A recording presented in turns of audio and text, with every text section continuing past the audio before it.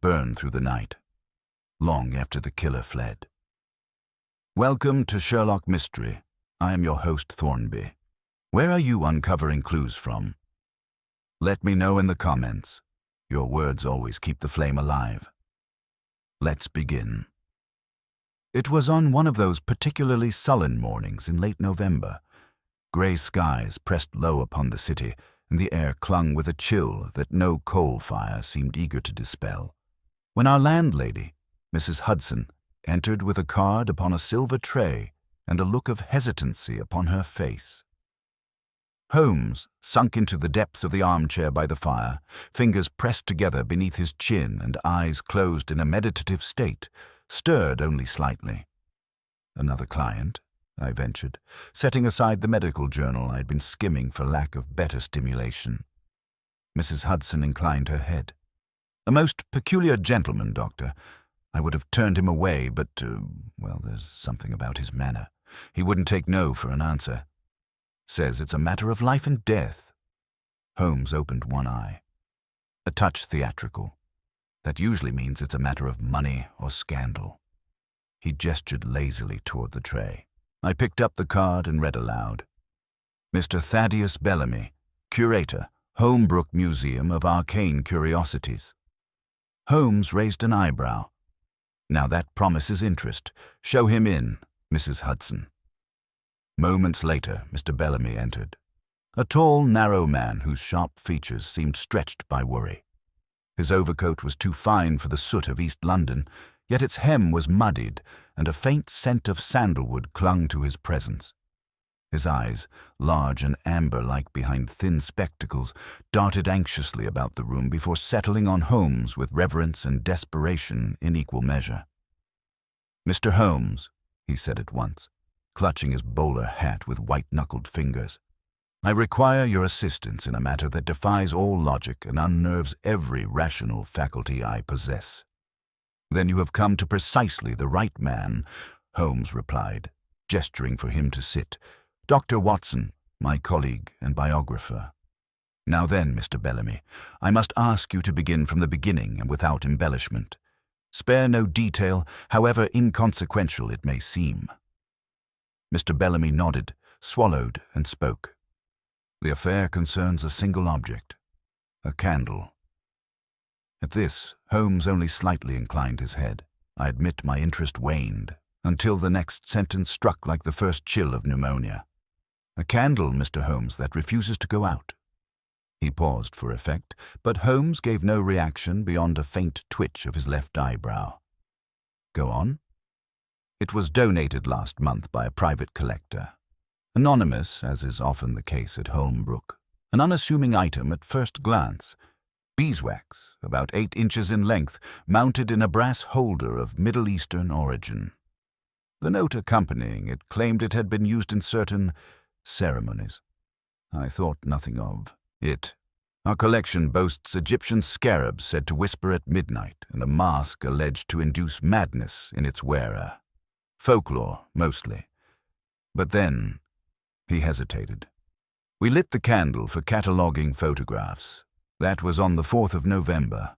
It is still burning. 21 days. The wax never diminishes. The flame never flickers, and, most curious of all, any attempt to extinguish it fails utterly. No gust of wind, no pinch of the wick, not even submersion in water has had any effect. I scoffed lightly. "Surely there's a simple explanation. Hidden tubing, a trick with chemicals." "Indeed," Holmes interrupted, standing suddenly and pacing toward the hearth. "And that is precisely why it interests me. For if it is a trick, it is executed with extraordinary cunning. Mr. Bellamy, has anyone attempted to dismantle the object?" The curator paled. "We did. 2 nights ago. My assistant, Mr. Hendricks, attempted to remove the candle from its base. There was a flash. He collapsed. We revived him 20 minutes later, and he has not spoken a word since." Holmes's eyes glittered. "And yet you have brought it with you." Mr. Bellamy hesitated before producing a narrow box from beneath his coat. The brass case was unmarked but warm to the touch as I held it, unnaturally so. He opened it with a slow, reluctant motion. Within lay the candle. Its flame danced silently despite the absence of any air current. And I confess, I felt a chill in its presence. Not cold, but something like memory or dread. Holmes regarded it for a long moment, then turned away abruptly. "Watson," he said, "fetch your coat. We are going to pay a visit to the Holmbrook Museum. And Mr. Bellamy—" "Yes, Mr. Holmes? If this is a trick, I shall find the wires. If it is not, then I fear your museum has invited something most unnatural into its collection. And those who harbor such curiosities are seldom left untouched." Mr. Bellamy's hands trembled slightly as he closed the box. Holmes's tone, ever rational, carried just the faintest undercurrent of anticipation. For while my friend did not believe in the supernatural, he took a certain delight in dismantling its illusions, and even greater pleasure in proving that the most inexplicable occurrences are, at their core, merely puzzles with missing pieces. Outside, the fog had thickened into a near-solid mass. As we stepped into the gloom, the flame in Bellamy's box continued to burn, steady, silent, and impossibly serene. The cab ride to Holmbrook Museum was shrouded in silence, save for the rhythmic clatter of hooves on wet cobblestone and the occasional hiss of steam from passing omnibuses. Holmes sat opposite me, long fingers steepled before his chin, his gaze fixed on a spot just above my shoulder, though I knew he saw little of it. When he sank into that particular stillness, I had learned not to disturb it. Mr. Bellamy clutched the brass case tightly in his lap, as though afraid it might leap from his grasp. His eyes, darting to and fro, betrayed more than concern. They reflected something deeper, the look of a man who had seen the veil between the explainable and the unthinkable pulled back, however briefly. "Mr. Bellamy," I said at last, unable to endure the tension any longer, "has anyone besides you and your assistant handled the object?" He hesitated, then nodded. The night porter, Merriweather, was the first to discover it. He thought a patron had left a lamp burning and went to extinguish it. When it wouldn't snuff, he fetched me. That was the first time I saw it alight. "And since then?" Holmes asked, without shifting his gaze. Bellamy looked between us. "Several other staff have seen it. All attempts to extinguish the flame have failed. We eventually enclosed it in the brass box, which we keep in a locked display room, unmarked. I only brought it to you because—" He trailed off, then added, "because I feared something worse might happen. Hendricks has not spoken in 2 days. His eyes follow us, but there is no light in them." "Has a physician seen him?" I inquired. "A surgeon and a mesmerist. The first found no injuries, and the second declared his mind displaced. I confess, Doctor, I'm not sure what that means." "It means nonsense," Holmes murmured, "or else an admission of ignorance cloaked in mysticism. Far too common in our line of inquiry." The cab pulled up before a narrow Georgian building squeezed between a tobacconist and an apothecary. A brass plate by the door bore the name Holmbrook Museum of Arcane Curiosities. It looked precisely the sort of place Holmes usually dismissed as a repository of charlatanry. Inside, the museum was dim and musty, filled with the stale scent of wax, paper, and old secrets. We passed cabinets of amber-preserved beetles, tribal fetishes in dark wood, and Egyptian relics of dubious provenance. The shadows seemed to press in, crowding the margins of vision. "This way," Bellamy whispered, leading us through a locked archway into a smaller, colder room. It was here, in a velvet-lined niche, that the candle had first been displayed. The case was now empty. Holmes stepped forward and examined the niche without speaking, fingers lightly brushing the edge. Then he turned and looked slowly about the room, taking in the arrangement of artifacts, the worn carpet, the high, dust-filmed windows. "Watson," he said, "tell me what you observe." I peered around. An assortment of rare and unusual artifacts, most of them Eastern, Indian, Persian, possibly Moroccan. This room hasn't been dusted in some time. There are marks on the velvet where the candle holder stood. The flame has left no soot or wax residue. Holmes nodded slightly. Very good. Now what do you deduce? I frowned.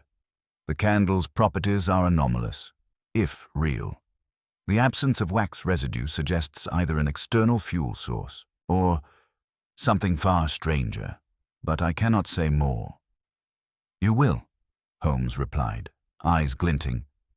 This entire room is curated to impress a certain kind of visitor, the educated dilettante, the spiritualist, but the dust, the neglect, suggests Bellamy is understaffed or disinterested in genuine preservation, which tells me that most of these relics are of uncertain authenticity.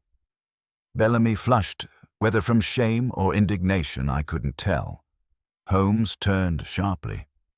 Has anything else occurred since the candle was brought in? Odd behavior among staff? Unexplained incidents? Bellamy hesitated again, then reluctantly nodded. There was a visitor, 3 days ago. A man I didn't recognize, though he carried a curator's credentials from the Musée Arcanique in Paris, claimed he wished to study the candle. He was aggressive. When I refused to let him handle the object, he left a message scrawled in charcoal on our reception wall. Holmes raised a brow. What did it say? Bellamy's voice lowered. Fools, you have lit the unextinguished. Holmes was silent for a moment, his face unreadable. Do you still have the scrap? I had it erased. Then you erased your first real clue, Holmes said tersely. He turned and swept from the room. We followed him upstairs to a smaller office where a fire struggled against the cold. Hendricks lay on a chaise, eyes open but unfocused, hands folded atop his chest. The young man's breathing was shallow, his complexion pale but otherwise unmarked. Holmes leaned close and studied the assistant's eyes, then examined his fingers, lifting one and sniffing it. Watson, he said, observe his pupils. I took a small light from my bag and flicked it across his eyes. Fixed, I said. No response. Exactly, but no trauma, no stroke. This is not a medical condition. It is a disruption of consciousness. Hendricks is not absent. He is elsewhere. The mind has been, what did your mesmerist say? Displaced. Perhaps not such nonsense after all. You believe this is the result of the candle? Bellamy asked, clutching the box tighter still.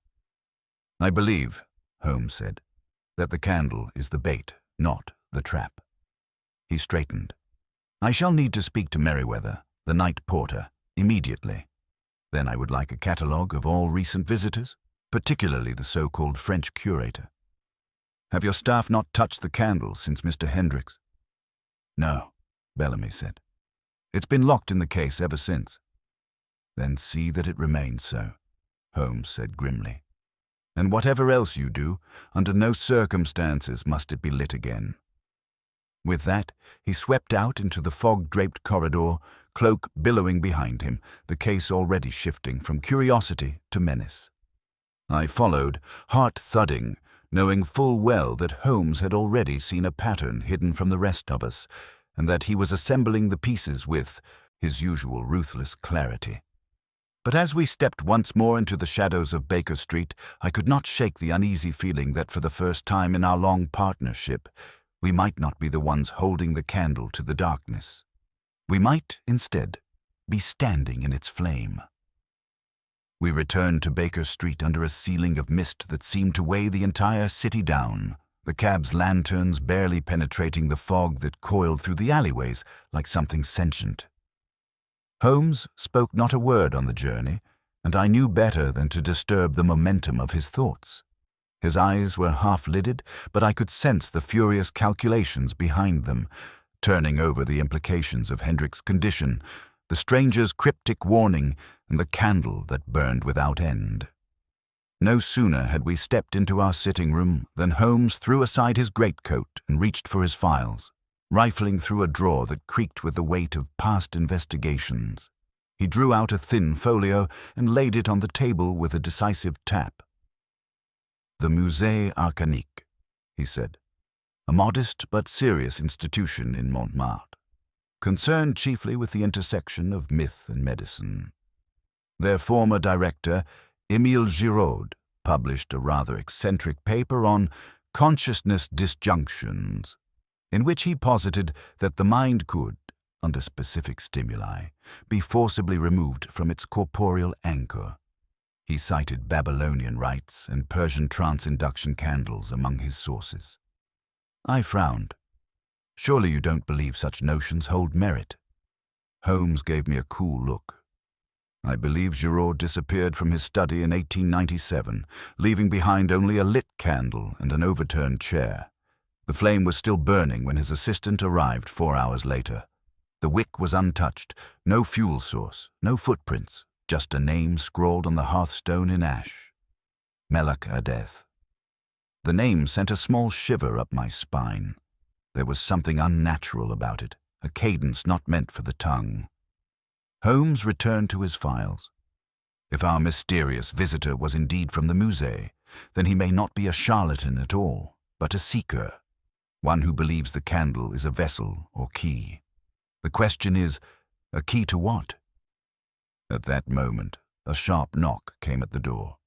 Mrs. Hudson entered, pale and tight-lipped. "A gentleman to see you, Mr. Holmes. Says his name is Merriweather, from the museum." Holmes sprang up. "Excellent. Show him in." The night porter shuffled into the room, a stooped man with a lantern jaw and rheumy eyes. His cap was clutched in his hands, and his coat smelled faintly of coal smoke and varnish. "Mr. Holmes," he said in a rough voice. "I wasn't sure I ought to come, but Mr. Bellamy said you'd want to hear what I saw." Indeed. Holmes gestured him to sit. "Tell us everything, Mr. Merriweather, and spare nothing." The old man licked his lips. "It was the night they first lit it. I was mopping the upper corridor when I saw the glow through the museum glass. I thought someone had left a lamp burning in the restricted room. I went to put it out and found Bellamy there already, staring at the flame." Holmes leaned forward. "And what did you observe?" Merriweather's hands trembled slightly. "It was wrong, sir. Not just odd. Wrong. The flame wasn't flickering. It stood straight like a needle of gold. But what got me was the shadow." Holmes tensed. "Go on." "The flame cast one, like you'd expect, but it didn't match the candle. It moved when the candle didn't, shifted against the light. I swear on my mother's grave, sir, I looked away for just a second, and when I looked back, the shadow was looking at me." I felt a cold bead of sweat form at the back of my neck. Holmes, however, remained stone-faced. "You told Mr. Bellamy of this?" "Aye. He told me I was overtired. But then that Hendricks lad. He came in, tried to touch the holder, and dropped like a sack of flour. I haven't been near the thing since." "Did you notice anything else?" Holmes pressed. Merriweather furrowed his brow. "There was a smell, just for a second, like iron or blood, but sharper. And this sound, so faint you could almost miss it, like a chime far off. It stopped the moment Hendricks collapsed." Holmes's hands were clasped now, his voice low and measured. "Thank you, Mr. Merriweather. You've been most helpful. Do not return to the candle under any circumstance. If anyone approaches you claiming to be from a museum, especially French, notify me at once." After the porter had gone, Holmes turned to me, his eyes gleaming. "We are no longer dealing with illusion or deceit, Watson. This is something far more elusive. We must examine its mechanics. No magic can defy the laws of physics without leaving evidence. Either the flame is a trick, or it is part of a constructed phenomenon. In either case, someone wants the candle to be seen as supernatural, and someone else fears what it truly is." He rose and took his violin from the corner, placing the bow gently upon the strings. The first notes were hesitant, melancholy.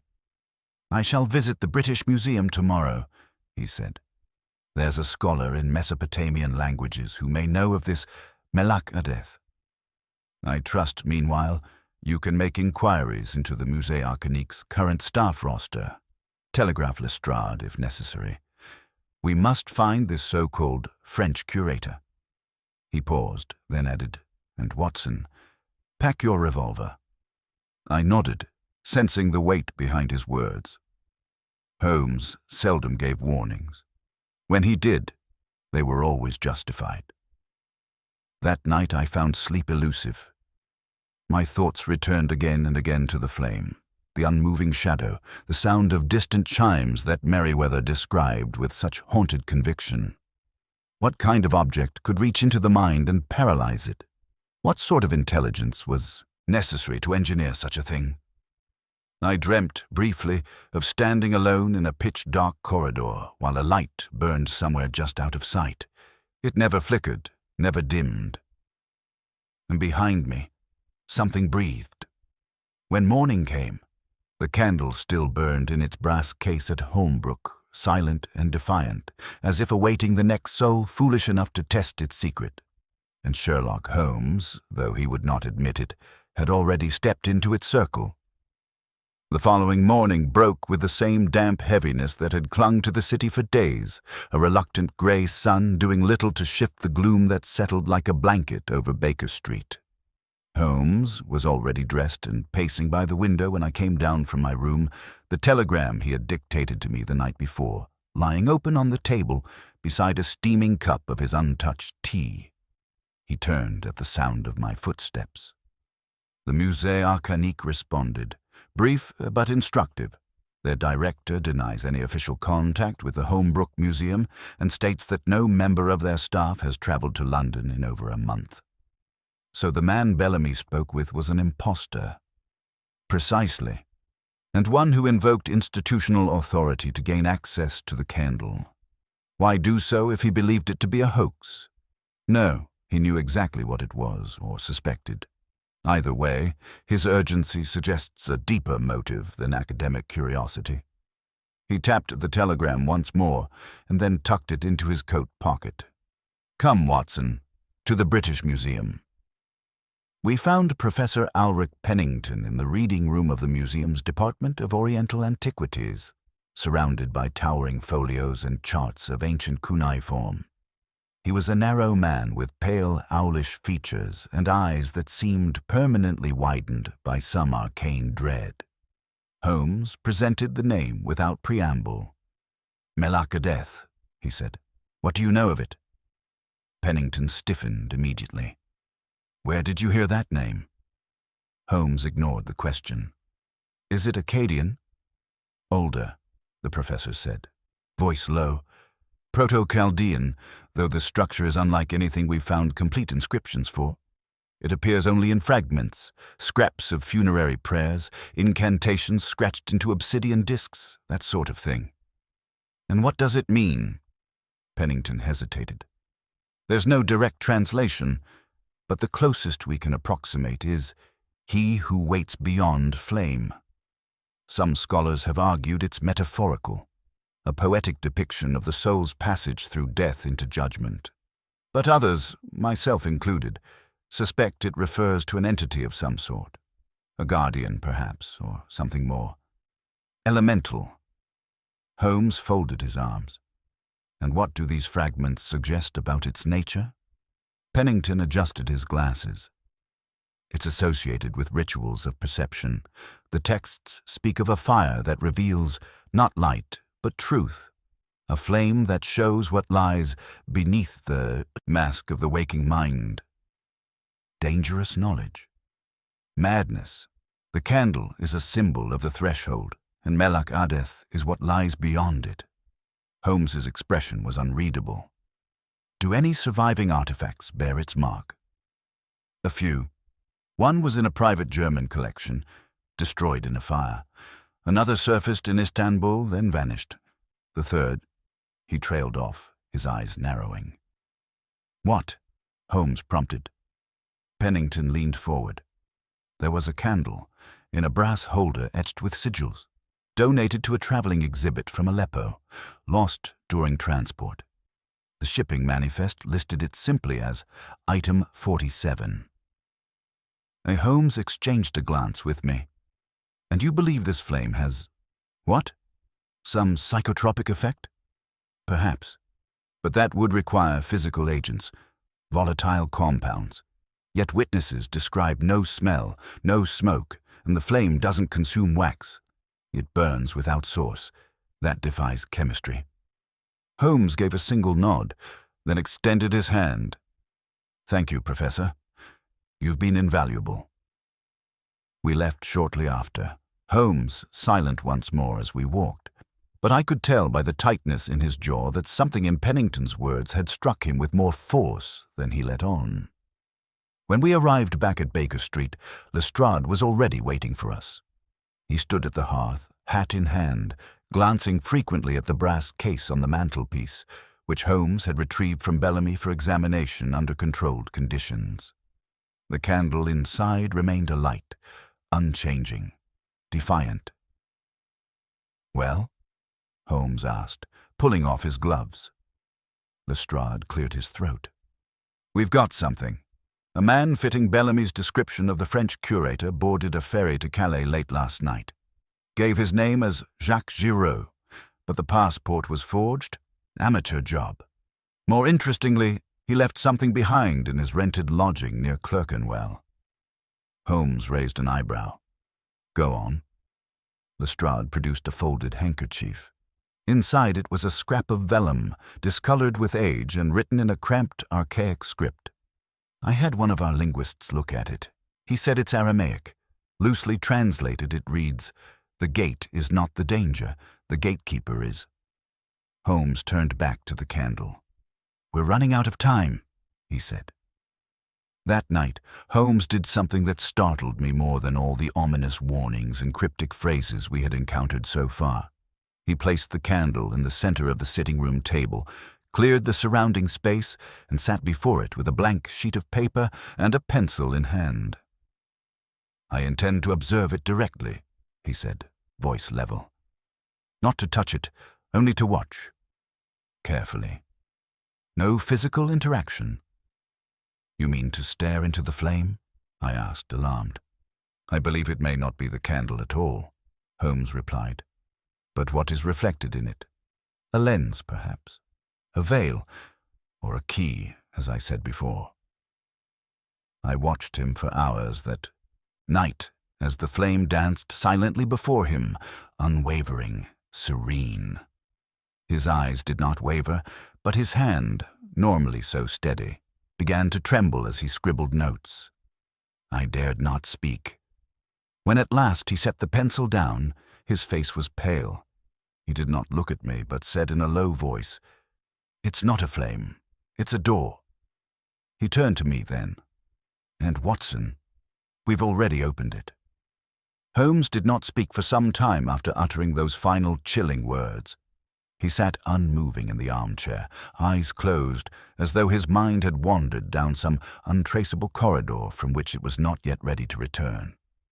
I watched him warily, every instinct sharpened by years at his side, screaming that something profound, perhaps even dangerous, had passed through him during his long vigil before the flame. I dared not interrupt him, yet the silence grew unbearable. "What did you see, Holmes?" He opened his eyes slowly, and for an instant I saw something there I had never glimpsed before, not fear exactly, but a rare and troubling caution. "I saw layers," he said at last. "Not visions, not dreams. Layers of thought, unbidden, foreign." It was as though my own reflections were being answered, turned back at me, at first subtle, then mimicking my reasoning. And, finally, he shook his head. Not my thoughts at all. A shiver ran through me. "And what did you write?" I asked. Holmes turned the sheet toward me. What I saw was unlike his typical precise script. Instead, the page was filled with repeated geometric forms, concentric shapes, spirals, and a motif that resembled an eye suspended in flame, drawn again and again, each slightly different, as if refining a memory. I did not understand it, but I felt it. Some primal instinct stirring, recoiling. I placed the sheet down carefully, as though it might sting. Holmes stood, moving with practiced calm. "This candle is not merely anomalous, Watson. It is active. It provokes something in the observer. Perhaps the mind's pattern recognition systems. Perhaps something deeper. If this is a door, as I suspect, then the key lies not in its mechanics, but in its effects." The imposter curator, Jacques Giroux, or whatever his true name, understood this. He sought to retrieve the candle not because of what it is, but because of what it does. "And what do you propose to do with it?" I asked, more sharply than intended. "I propose to set a snare," Holmes said. He spent the rest of the day in a flurry of preparation, sending telegrams, arranging for certain articles to be brought to Baker Street, and even requesting a constable to be stationed discreetly outside our building. I followed in his wake as best I could, attempting to match the logic of his movements, but he shared little. Only as dusk approached did he finally pause long enough to outline his plan. "We must draw the false Giroux out," he said. "Whoever he is, he has left London. But I do not believe he has left England. He knows the candle's significance. He knows it is here. He will attempt to reclaim it. He must." "And how do you propose we lure him back?" Holmes allowed himself a tight smile. "We announce its public display." He had arranged for a false notice to be placed discreetly in several fringe antiquarian circles, one of which was known to trade in esoteric curiosities. The notice stated that the candle of the flame that does not fade, as he grandly named it, would be exhibited for one night only at a private collector's salon in Bloomsbury. The date, 2 days hence. The location, a safe house belonging to one of Holmes's contacts in the theatrical world, a man with a flair for concealment and controlled illusions. "We give our adversary motive," Holmes explained, "and opportunity. The rest depends on whether his arrogance matches his desperation." The following day passed uneventfully, though I sensed Holmes's tension increase with every hour. He studied the candle repeatedly, but never again did he stare directly into its flame. He took care not to touch it, and any time it was moved, it was done with tongs and gloved hands. That night he instructed me to sleep with my revolver on the nightstand. "Whatever this man believes," Holmes said, "he will not allow the candle to be destroyed. That makes him dangerous, possibly unhinged." That night I dreamed again. The same corridor, the same unnatural light just around the corner, but this time the dream changed. I was not alone. A figure stood at the end of the corridor, faceless but not formless, tall, robed in something darker than shadow, its presence not announced by sound but by weight, a pressure in the air that made it difficult to breathe. The candle burned between us, impossibly bright, and behind the figure was an open door. I awoke with a gasp and found Holmes already dressed and at the window. "You dreamt of it too," he said without looking back. I nodded mutely. He turned, his expression grave. Then the doors opened wider than I thought. That evening we made our way to the Bloomsbury location, a townhouse repurposed for private exhibitions, secured by 2 Scotland Yard men and rigged by Holmes with a number of concealed devices. Mirrors, smoke ducts, a false wall, and a speaking tube that allowed him to give silent cues from an adjacent room. The candle sat on a central pedestal, its flame unwavering as it had been since first lit.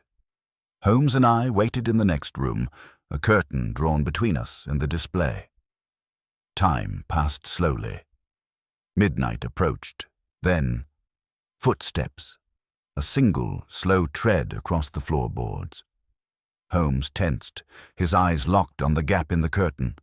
We heard the sound of a case opening, a breath held.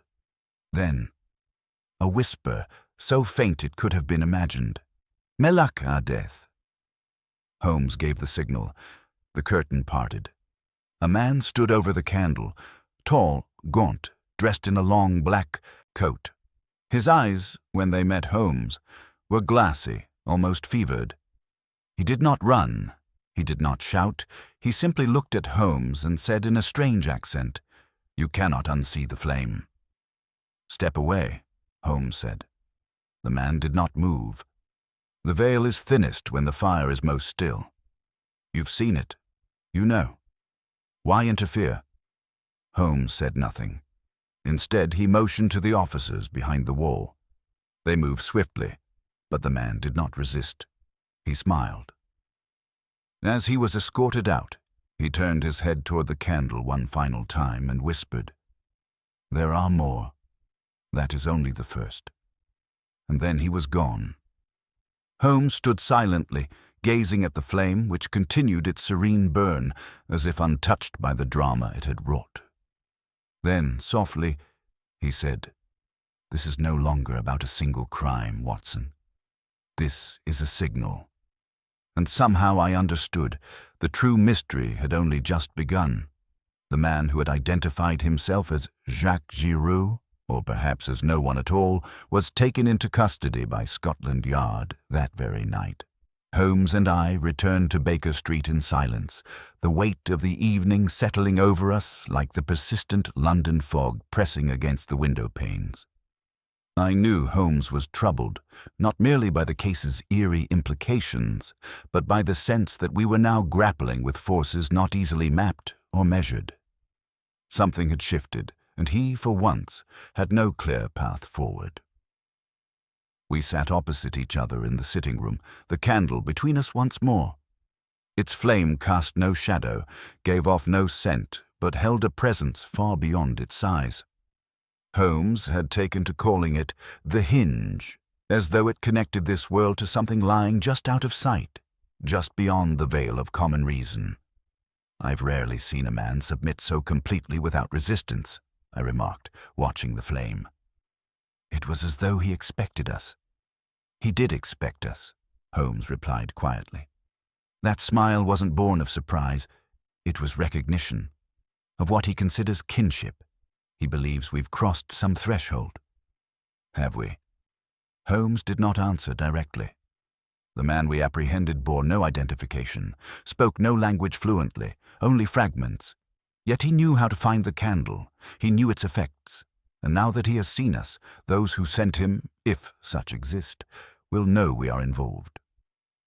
He rose then and moved to the bureau, removing a letter that had arrived in our absence. He handed it to me without comment. It was from Professor Pennington. "Mr. Holmes, since our last conversation, I have consulted with a colleague in Vienna, a student of the ancient rituals we discussed. He mentioned a series of artifacts linked by a shared emblem, concentric flames surrounding an unblinking eye. The same motif you drew. These items were part of a collection once known as the Ordo Tenebris Lux, the Order of the Flame in Darkness. Most were seized or destroyed in the 18th century by ecclesiastical authorities who deemed them corruptive. I beg you, if you still possess the candle, destroy it. Do not attempt to contain it, to study it. These objects were made not to illuminate, but to pierce the veil, and what they reveal is not meant for us. Respectfully, A. Pennington." I looked up from the letter to find Holmes already returning the candle to its case. He sealed it with iron clasps, then wrapped the container in layers of cloth, and set it within the small iron safe we kept for our most delicate correspondences and toxins. He turned the lock with a soft click. "We cannot destroy what we do not understand," he said, "but we can contain it, at least for now." The following morning, Lestrade visited with news. Their detainee had been moved to a secure cell, but the man had yet to speak another word. No name, no protest. He sat in silence, hands resting on his knees, staring at the wall. The prison physician declared him sane, but unresponsive. When asked about the candle, he simply smiled. Lestrade was unsettled. "It's as though he's waiting for something, Holmes. Frankly, I don't like it. I've had murderers grin at me, but this fellow makes my skin crawl, and there's something else." He produced a small item from his pocket, an ivory token no larger than a crown, carved with the same emblem Holmes had drawn in his trance, the eye in the flame. "Found this sewn into his coat collar, hollow inside, filled with ash. almost ceremonial if you ask me. Holmes studied it in silence, then turned to Lestrade. Have him moved to an isolated cell and monitored constantly. He must not be allowed access to fire or reflection. No light sources beyond what's necessary for observation. Tell no one else about the candle, and under no circumstance is the token to be returned to him. Lestrade agreed reluctantly and departed soon after. Holmes paced for a time, then returned to the table where the letter still lay. "Watson," he said, "I have come to a conclusion. Not one I like, but one that cannot be ignored. Go on. We are not dealing with a single object of power, nor with a lone fanatic. This is the echo of something older, something organized. The man we captured was an agent, a messenger. The candle is not merely a curiosity. It is an invitation, and someone, or something, is listening for a response." I felt the chill in his words, not from their phrasing, but from the certainty with which they were spoken. "And what will we do?" Holmes's gaze turned toward the street, where the fog pressed against the glass like a living thing. "We will wait. Not passively. We prepare. We gather knowledge. We trace others who have seen the flame and survived. We find the next hinge." He turned to me then, his eyes clear. "Because this, Watson, is no longer a case. It is a war of perception, one waged not with bullets or blades, but with belief, with symbols, with minds, turned inside out by what they should never see. We have opened the first door." He paused. "And I fear we must now find the others, before someone else does." The days that followed unfolded like the slow turning of a great ancient key, each moment revealing yet another intricately carved tooth demanding our attention. Holmes threw himself into the investigation with a restless energy I had rarely witnessed, his mind a razor honed by urgency and apprehension. He had begun compiling a list of known occurrences linked to the symbol, the eye encircled by flame, and to the strange phenomena associated with the candle. Letters poured in from distant contacts and fellow scholars, some reporting uncanny happenings, others dismissing the claims as superstition. Yet each mention shared one peculiar trait, an observer who had come too close to this hinge of reality, whose thoughts and sanity had frayed at the edges. One such letter arrived from Edinburgh, penned by Professor McAllister, describing a candle exhibited in a private collection some 10 years prior, which supposedly burned with a steady, cold flame, extinguished only when the collector himself vanished without a trace. Holmes's notes indicated he intended to visit Scotland at the earliest opportunity. Despite these leads, the candle's captive agent remained our most immediate concern. Lestrade reported that the prisoner had begun to speak again, though only in cryptic phrases and riddles, never offering his name. Holmes and I visited him under strict guard, the man's cell a narrow, windowless room illuminated only by a dim oil lamp. The man's gaze, once glassy and vacant, now flickered with an unsettling intensity. His voice, when he spoke, was low and melodic, like a chant. "You have seen the flame. You have crossed the threshold. The veil is thin. The flame reveals. Yet it consumes. It judges." Holmes listened silently, fingers steepled beneath his chin. "What flame do you speak of?" "The flame of Melach Adeth, the eye in the fire, the watcher beyond the threshold. It burns for those who seek truth and for those who must be hidden." "Who sent you?" Holmes asked quietly. The man smiled, a thin, cold curve. "The Order, the keepers of the flame. We guard the gates. You have awakened it." "What is the purpose of this flame?" I ventured, though a chill seized my heart. "To illuminate the darkness between worlds. To open the doors that should remain closed. The candle is but the first. Others burn where shadows dwell." Holmes stood abruptly. "Enough. You will answer no more riddles." But the prisoner's last words lingered. "Others burn where shadows dwell." Back at Baker Street, Holmes pored over maps, old records, and correspondences. He pinpointed locations associated with reports of strange lights and unexplained disappearances.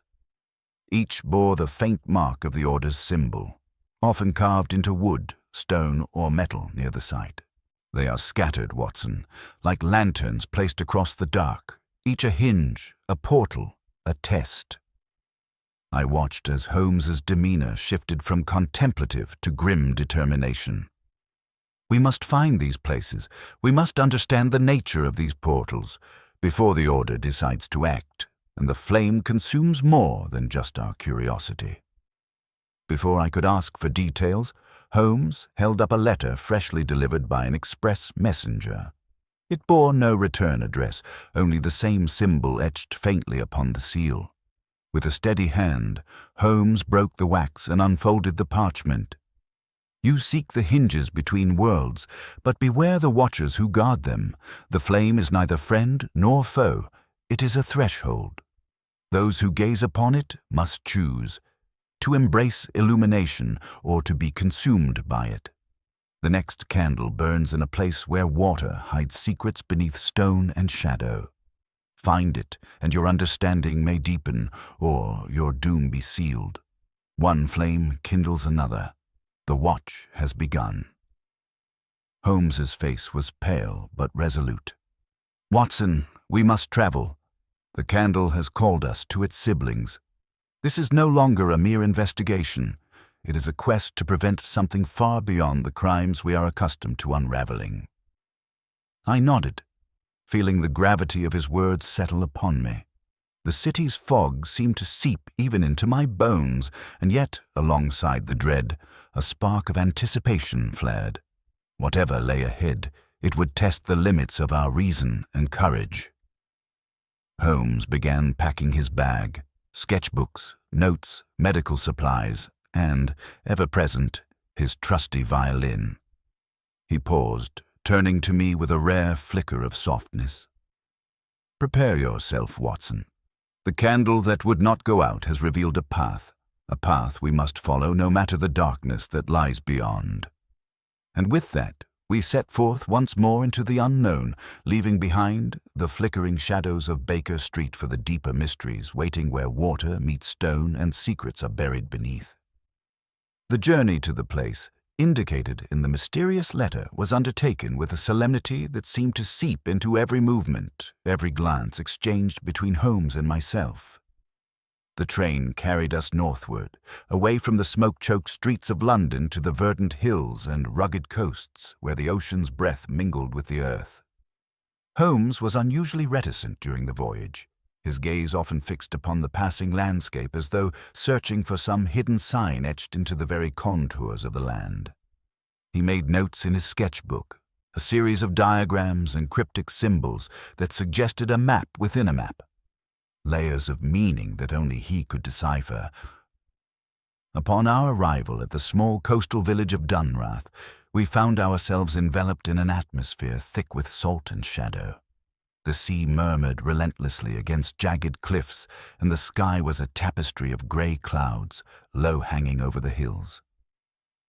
It was here, according to the letter, that the next candle burned, in a place where water hides secrets beneath stone and shadow.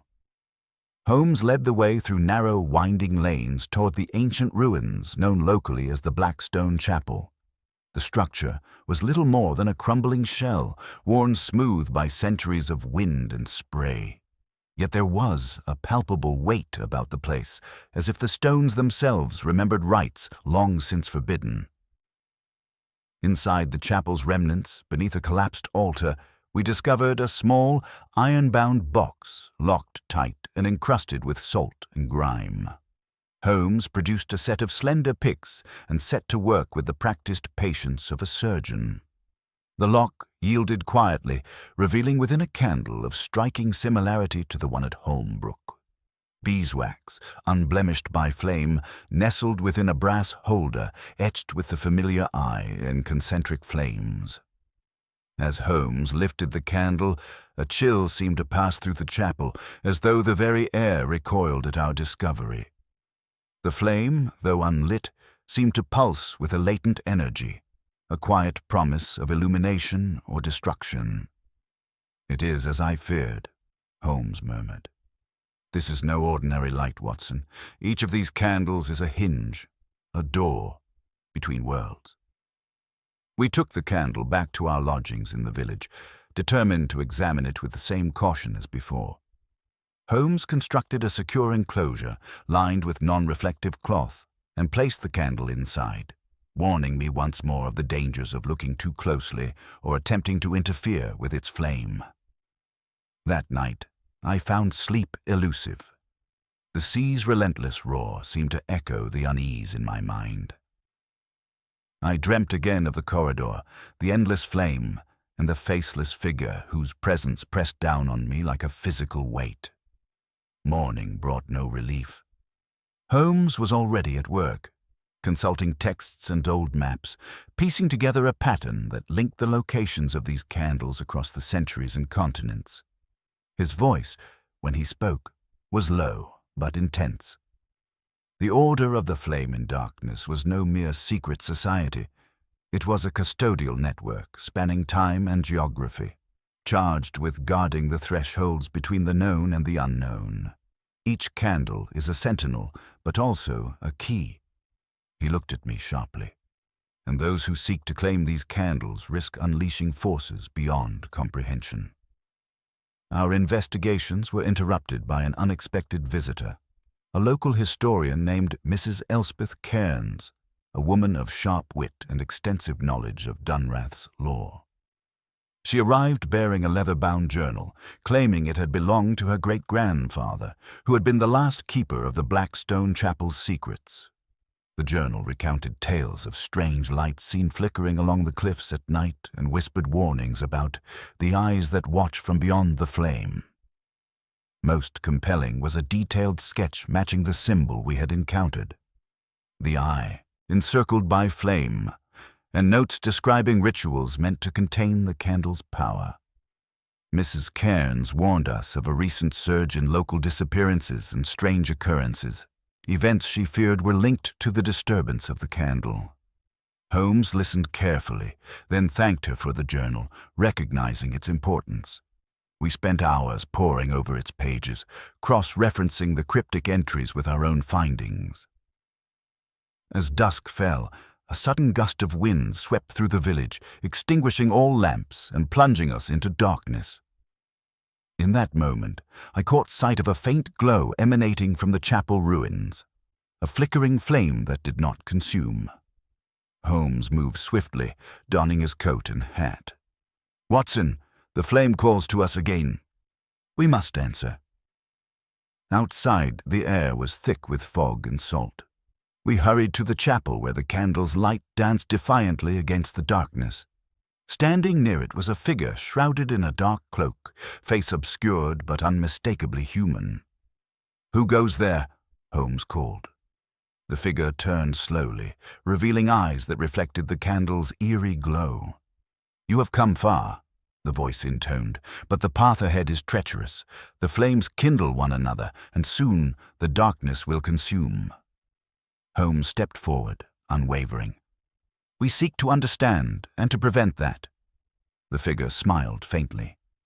"Then you must prepare, for the next door opens soon, and when it does, only those who have faced the flame can hope to stand against what waits beyond."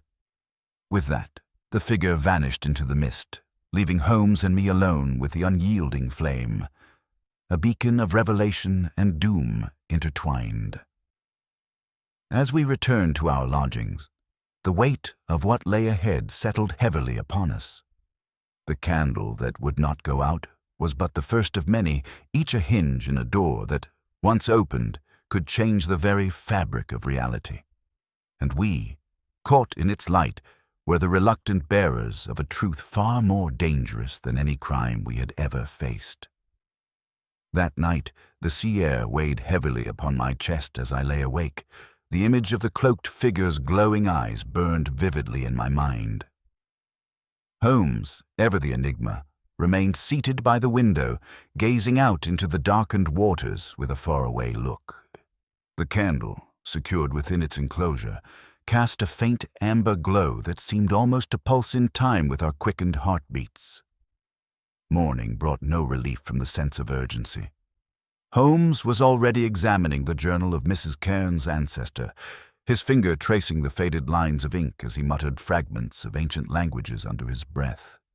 His mind was a forge where clues were hammered into patterns, revealing a tapestry of shadows connecting past and present. "Our friend the Order," Holmes said at length, "was not merely custodial, but militant. Guardians, yes, but also warriors against that which lurks beyond the hinge. Their rituals, their candles, are defenses as much as invitations." He paused, then added, "And it appears someone, or something, seeks to undo their work." Our efforts to secure the candle were meticulous.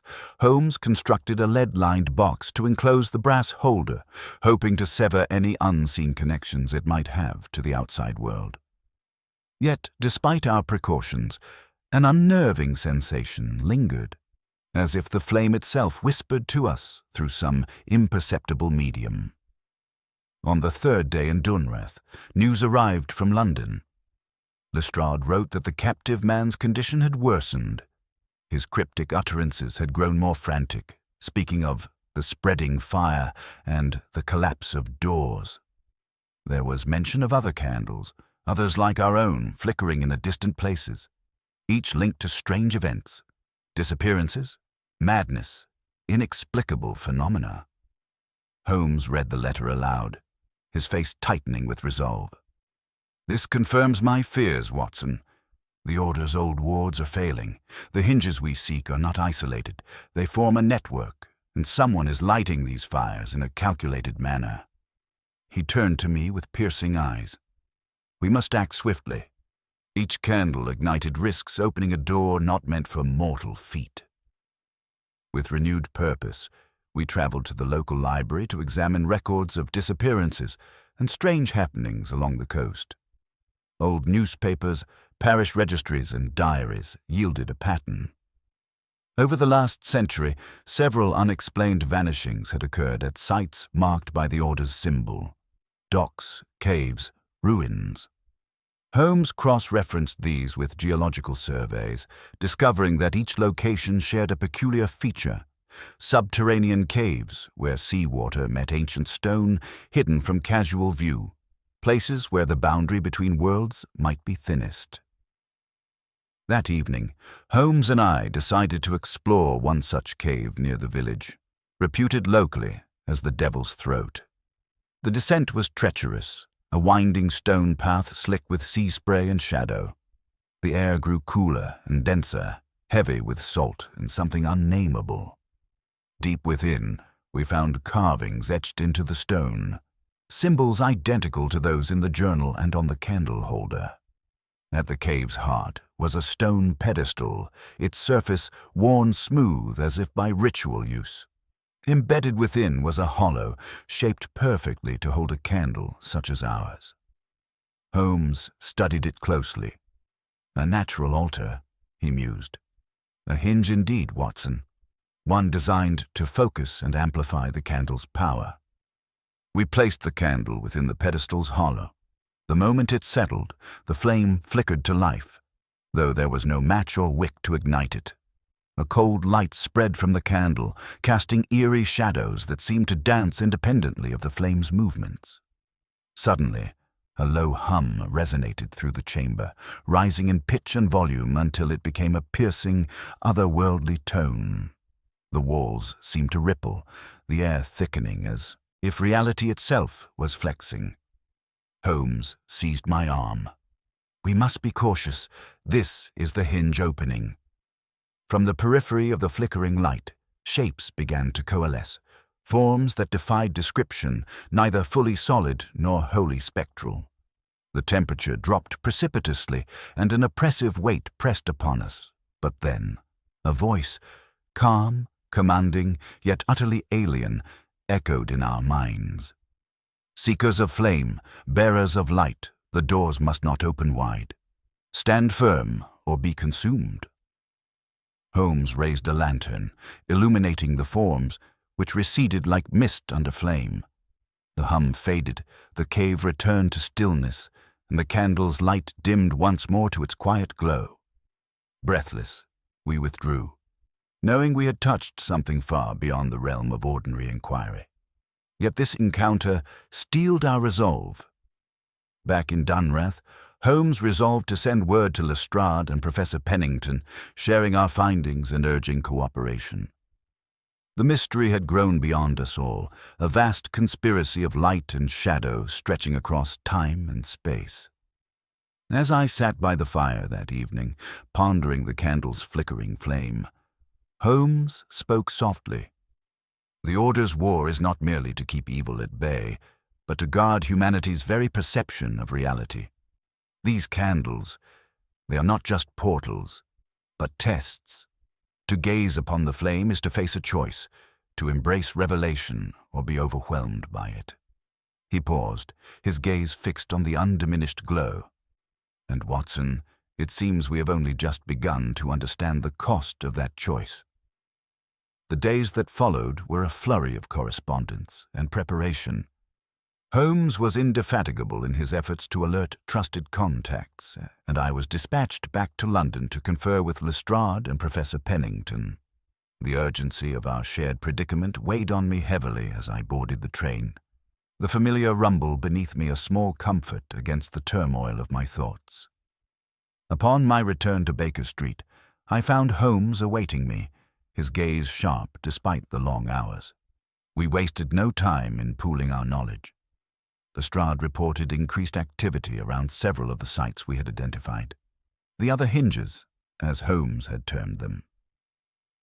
Local law enforcement had noted unexplained disturbances, sudden fogs, whispered voices carried on the wind, and residents reporting strange lights flickering in the night sky.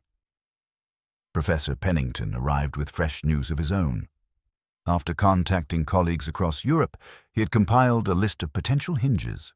Remote locations in Germany, Italy, and even as far afield as the deserts of Syria, each bearing the same cryptic symbol and tied to accounts of anomalous phenomena.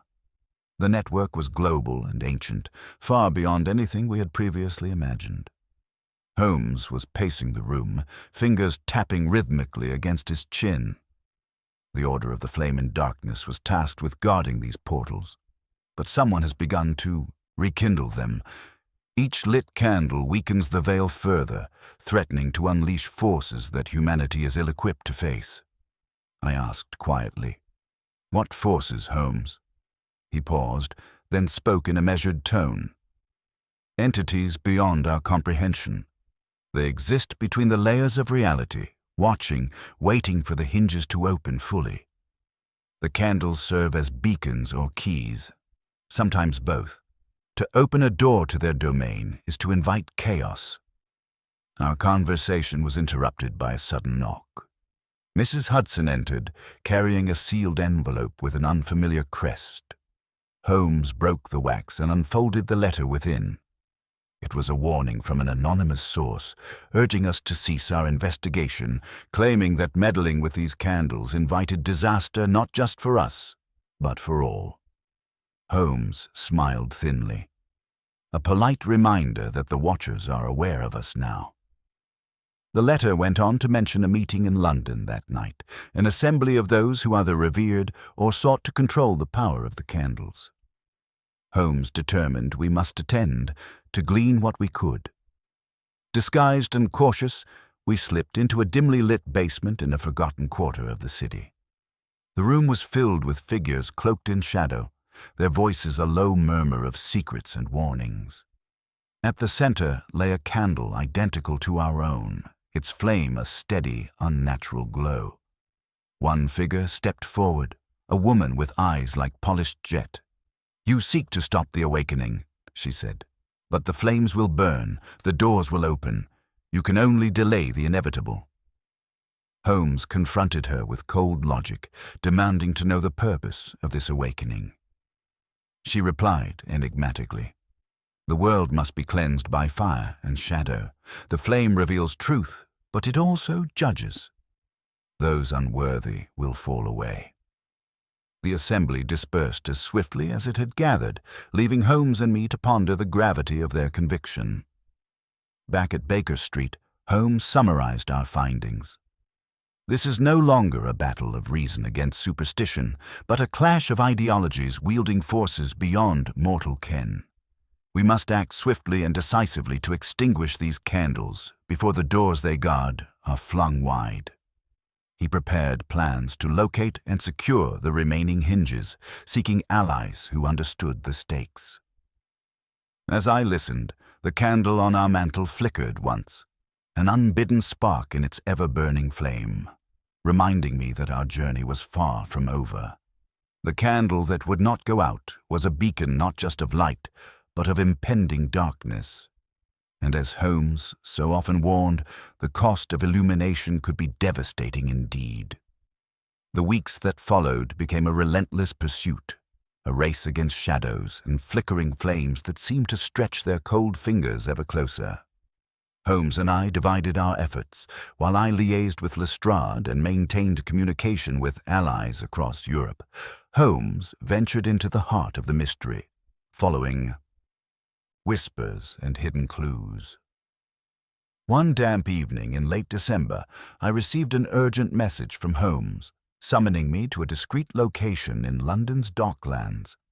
When I arrived, the fog hung low and thick, swallowing the gas lamps and muting the clatter of the city's restless life. Holmes met me by the wharf, his face drawn and pale, but eyes blazing with purpose. "Watson," he said briskly, "we have a situation more dire than I anticipated. One of the remaining hinges has been activated." He handed me a worn map marked with symbols and notes, centering on a derelict warehouse by the Thames. "The candle is there, and it's burning." We moved swiftly, slipping through the maze of narrow alleys and rusted cranes. The warehouse loomed like a silent sentinel, its windows boarded, its walls scarred by time. Holmes produced a key, one stolen from the Order's archives months before, and unlocked the heavy door. Inside, the air was thick with the scent of brine and mildew, and an unnatural warmth pulsed from the far corner of the vast chamber. There, atop a stone pedestal, stood a candle identical to the one we had found in Dunrouth, its flame steady and unwavering despite the absence of wind or fuel. Holmes approached cautiously, his magnifying glass in hand, examining the intricate symbols etched into the brass holder. Suddenly, a faint ripple passed through the air, distorting the shadows like heat on the horizon. "Watson," Holmes whispered, "this is no ordinary flame. It is a portal, an aperture between worlds." As if in response, the flame surged, casting elongated shadows that writhed and stretched. From the darkness beyond, figures began to emerge, spectral, shifting forms with eyes like molten gold. The temperature plunged, and a heavy silence fell. Holmes drew his revolver and motioned for me to do the same. "Stand ready, Watson. We are not alone." The figures coalesced into humanoid shapes, their movements graceful but alien. One stepped forward, a presence commanding and ancient. "You who meddle in things beyond your ken," it spoke in a voice both thunderous and whispering, "know that the flames are awakening, the boundaries thin, and soon the veil will tear." Holmes held his ground. "What is your purpose? Why open these doors?" The being's gaze pierced through us. "Balance must be restored. The world has tipped too far toward ignorance. The candles are judgment's flame, cleansing the false and revealing the true." I felt a shudder ripple through me, as if the very air carried the weight of inevitable change. Holmes lowered his revolver slowly. "Then let us be clear, we will not allow destruction under the guise of truth."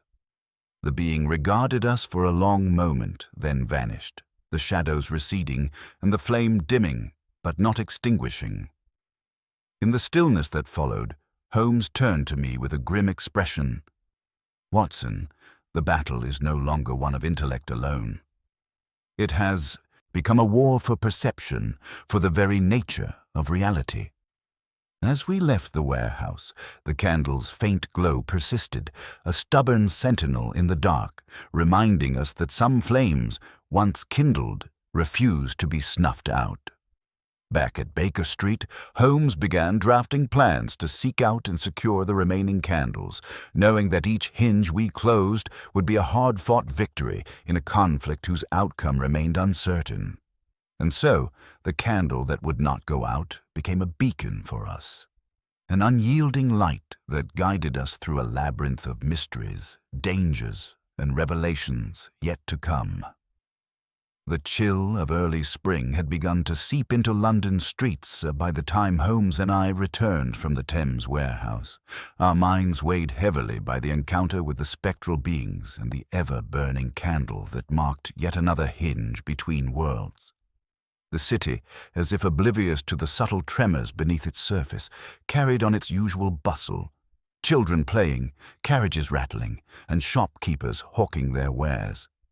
But to us, the veneer of normalcy felt fragile and deceptive. Back at 221B Baker Street, Holmes immediately set to work, his mind a whirlwind of hypotheses, connections, and deductions. He had expanded the map of known hinges, marking clusters of these candle sites stretching across the continent, some nestled in ancient ruins, others hidden in forgotten crypts beneath bustling cities. He feared that more had been ignited in secret, their flames imperceptible to ordinary eyes, but potent in their cumulative threat. As I helped sort through letters and research notes, the recurring theme was clear. The candles were keys, as Holmes had insisted, but not merely keys to other places. They were gateways to other states of being, realms where the fabric of reality thinned dangerously. One evening, as the fire crackled low, Holmes shared a startling revelation. "Watson, I have discovered references to a council of flame, a clandestine assembly rumored to convene when the boundaries weaken. They are said to be arbiters, choosing who may cross the thresholds and who shall be denied." My brow furrowed. "Do you believe the assembly exists in our world, or somewhere beyond the hinge?" Holmes steepled his fingers. "That is precisely what we must determine. But the candle we encountered on the Thames, its guardian spoke of judgment and balance. I suspect this council is their earthly manifestation. Our investigations led us to delve into cryptic manuscripts and arcane tomes, hunting for any mention of rituals or signs connected to the council. One such text, a brittle volume bound in cracked leather, hinted at a ritual to close the hinges, one requiring the gathering of all candles and the recitation of incantations lost to time. Yet such a task was perilous. Each candle was fiercely guarded by those who saw the flame not as a threat, but as a beacon of revelation and power. Holmes and I realized that to succeed, we would need allies, those who understood the stakes and were willing to risk everything to preserve the delicate veil between worlds. It was during one of these nights that a visitor arrived at our door. Professor Pennington, his face drawn and urgent. "Holmes, Watson," he began breathlessly, "there is news from Vienna. A candle has been lit in the catacombs beneath the city. Strange phenomena plague the area. Disappearances, madness, and spectral apparitions." Holmes nodded grimly. "The network is expanding. We must act." Preparations were swift. Holmes arranged for safe transport of the candles we possessed, reinforcing their containment with lead-lined cases and protective wards. Our plan was to journey to Vienna, to investigate the catacombs firsthand and, if possible, to retrieve or neutralize the flame there. Before departure, Holmes spent a long hour at the mantelpiece, studying the candle that had begun this journey, the candle that would not go out. Its flame burned steadily, undiminished by the passage of time or distance. Holmes's voice was low but firm as he addressed it. "You have led us into darkness, but also toward light. We shall see this through." As we boarded the night train to the continent, the candle's flickering glow seemed to pulse with an almost sentient rhythm, a heartbeat of flame that promised revelations and dangers yet unknown. The road ahead was uncertain, but one truth remained unshaken. The hinges between worlds were opening, and the fate of many rested on our ability to understand, to confront, and to, if possible, extinguish the flames before they consumed all that we held dear. The catacombs beneath Vienna welcomed us like a maw of ancient secrets, damp and silent save for the echo of our footsteps on cold stone.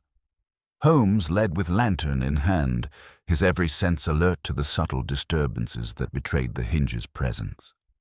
The candle, cradled carefully in its lead-lined case, emitted no light, yet we both knew its flame burned, unseen but potent.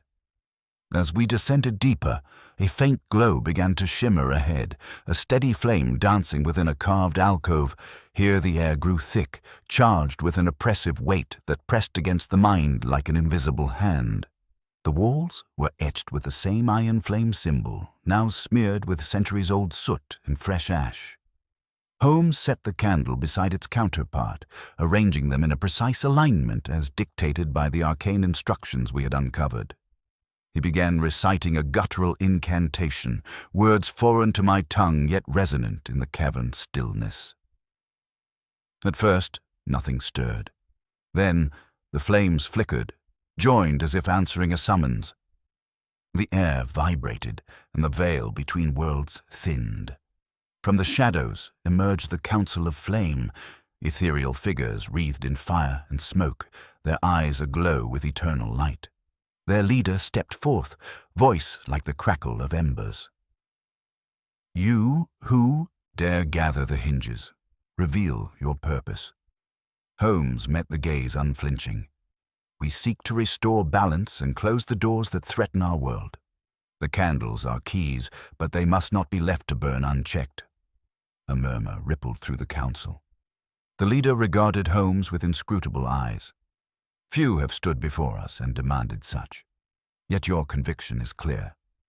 He extended a hand toward the flames. "To extinguish the candles is to close the hinges and seal the gateways. But beware. The flames are not mere fire. They are knowledge and judgment entwined. To snuff them is to choose ignorance over truth." Holmes considered, then spoke firmly. "Better to live in ignorance than to invite ruin." The council nodded solemnly, and the flames began to wane, folding inward until only faint embers remained. The oppressive weight lifted, the air cleared, and the veil steadied. As dawn's first light pierced the catacombs, Holmes turned to me. "The candles are extinguished, the hinges sealed, for now." I asked, "But what of the knowledge they contain? The truths beyond the veil?" Holmes smiled faintly, eyes sharp as ever. "Some truths are too dangerous for mortal minds, Watson. It is the detective's lot to seek answers, but also to know when the mystery must rest." We emerged into the quiet morning, the city unaware of the battle waged beneath its streets. The candle that would not go out had led us through shadows and flame to the heart of a secret older than memory. And as always, Holmes had seen further and deeper than any, closing the final hinge with the steady hand of reason and the resolute heart of a guardian. Our adventure ended not with fanfare but with silence, a testament to the thin line we walk between light and dark, knowledge and oblivion. The candle may have gone out, but its flame would linger forever in the shadows of our minds.